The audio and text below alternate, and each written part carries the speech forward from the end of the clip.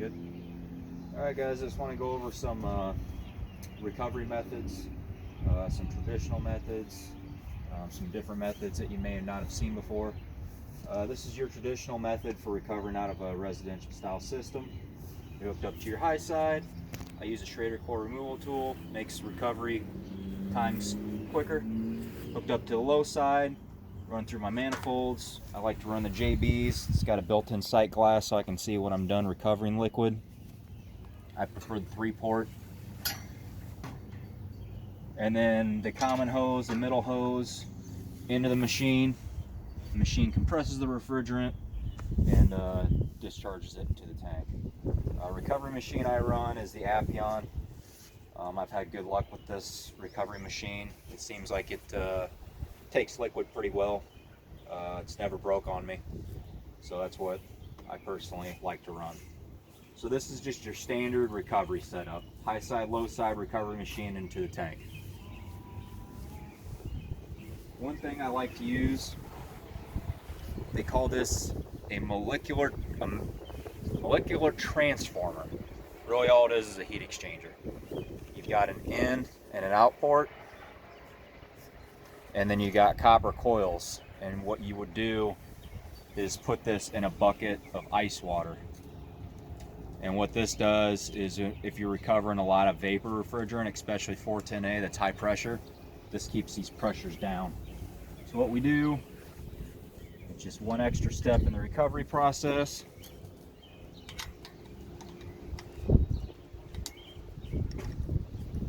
So now we're coming up, nothing changed over here. We're still high side, low side.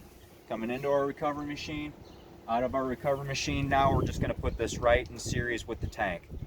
So you'd hook the in on the recovery machine outlet. You would submerge this in a bucket of ice water. And then you just need one additional hose.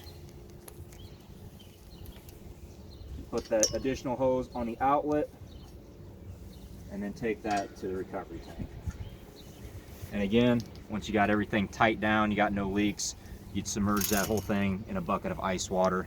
And it's even got a nice little built-in pressure gauge, liquid filled right on there, so you can see what your pressure is of the recovery machine's discharge. So most of these recovery machines, if the discharge pressure gets too high, it'll shut off. It's got a high pressure switch built in. Then you're sitting there waiting, wasting time. Where this keeps these pressures down, that way you're not running a garden hose over it, you're not trying to ice down the tank. It's all done with this. Anytime I'm recovering over 20 pounds of refrigerant, I'm going to be using that thing, especially if it's hot outside, it's been sitting, and it's mostly all vapor. It speeds things up big time. Just kind of want to show you guys something that's on the market, something that I've found to be very effective in speeding up recovery times, especially with R410A.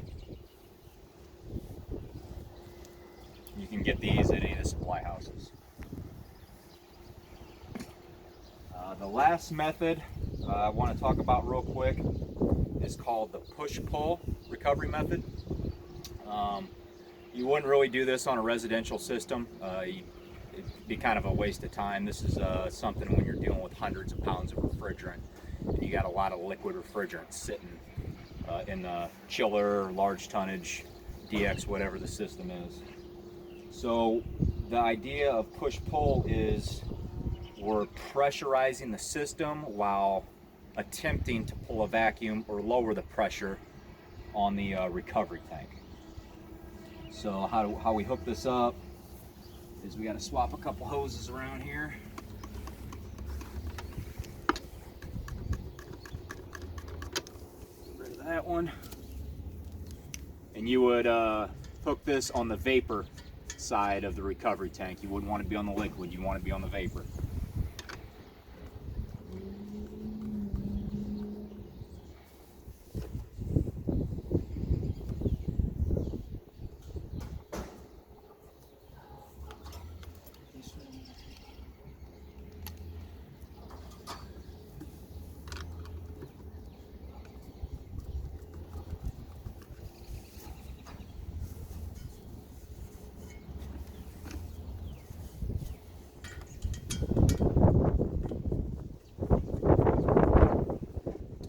apologize for the wind. It's kind of windy out here. It's getting ready to rain.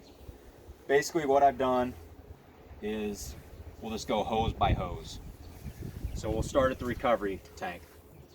We're pulling, this is the vapor side, we're pulling off the vapor into the recovery machine inlet.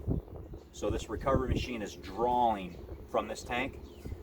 We're raising the pressure. We're out of our discharge. We're going in the low side of the system and we're pressurizing the system. That higher pressure is going to force the liquid out, and I can use my sight glass on my gauges to know when the liquid's done.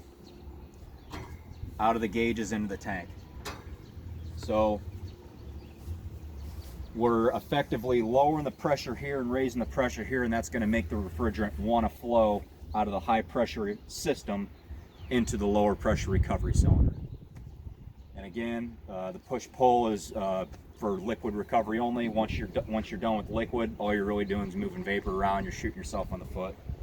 And again, you can tell when you're out of liquid by, you can use a set of gauges like this. It's got the sight glass built into it. I've seen guys put a sight glass, little 1/4 inch flared male sight glass in line in the hoses. You could do that too.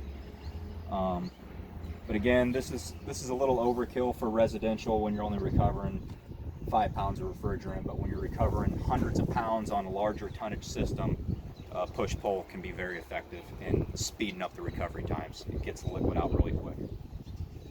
So thought I'd take a quick video, show you guys some different methods you may have not have seen before, some methods that I use that I found to be pretty effective. Thanks.